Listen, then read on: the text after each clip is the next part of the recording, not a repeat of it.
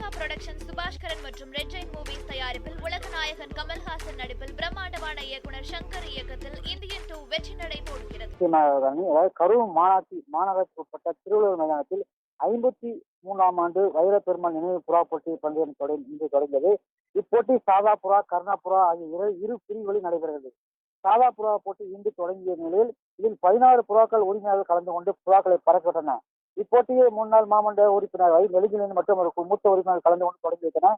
இன்று துவங்கிய இந்த சாதா புறா போட்டி 3 நாட்கள் நடைபெறும். இதில் சாதா புறாவின் கண்கள் மஞ்சள் அல்லது சிவப்பு நிறமாக இருக்க வேண்டும்.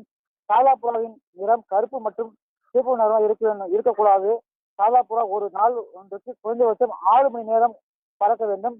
புறா உட்காரும் இடத்தில் 4 இருக்கை வெட்டு புறா இருக்க வேண்டும் என்ற பல்வேறு நிபந்தனைகளுடன் இந்த போட்டி நடைபெற்றது.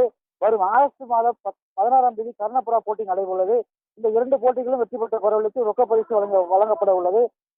இந்நிலையில் இந்த புறா போட்டியில் பொதுமக்கள் யாராவது கலந்து கொண்டனர். இந்த போட்டியில் புறா போட்டி உரிமையாளர்கள் ஆர்வமும் பங்கேற்றது. வானிலை சிறகடித்து புறா அனைவரும் கண்டுகளித்தனர்.